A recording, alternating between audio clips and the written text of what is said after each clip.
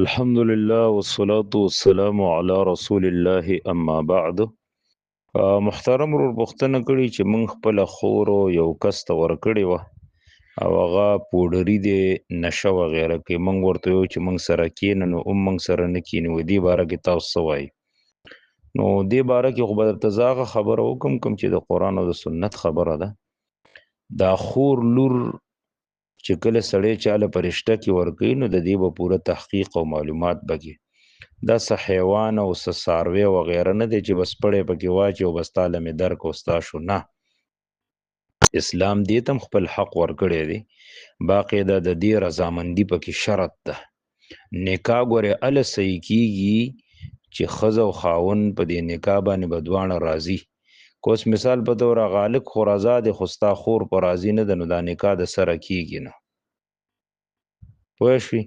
نو دې وجې نه اسلام هغې ته دا اجازت ورکړی دی چې د دې خور لور نه به باقاعده تپوس کیږي او د جینۍ د طرف هم چې کوم ولیان دي نو هغوی به هم ګوري چې یاره زه دا خور دا لور چاله په نکاح ورکوم دا سړی څنګه سړی دی، آیا ده کې دینداري شته دی که نشته دی، مونځ کوي که نه کوي، عقیده یې صحیح ده که نه ده صحیح.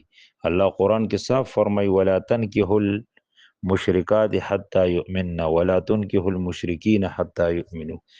مشرک سړی له به سړی خپله خور لور په نکاح نه ورکوي او مشرکه ښځه به سړی ځان نه په نکاح باندې هم نه کوي.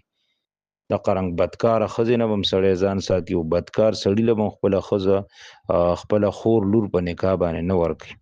ترمذي کې حدیث دی 1084 نمبر حدیث دی، ابن ماجه کې هم دی 1967.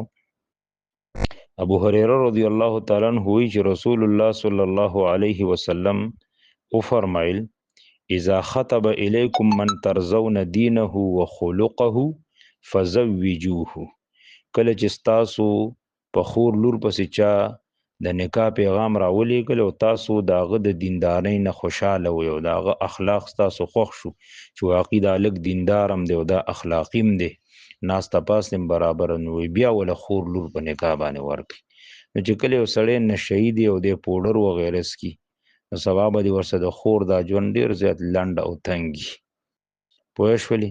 او دی به مونځ اودس څه وپېژني او دی به دین او اسلام څه وپېژني، دی به د ښځې حقوق بیا څه ادا کړي. نو دې کې ډېر احتیاط پکار دی.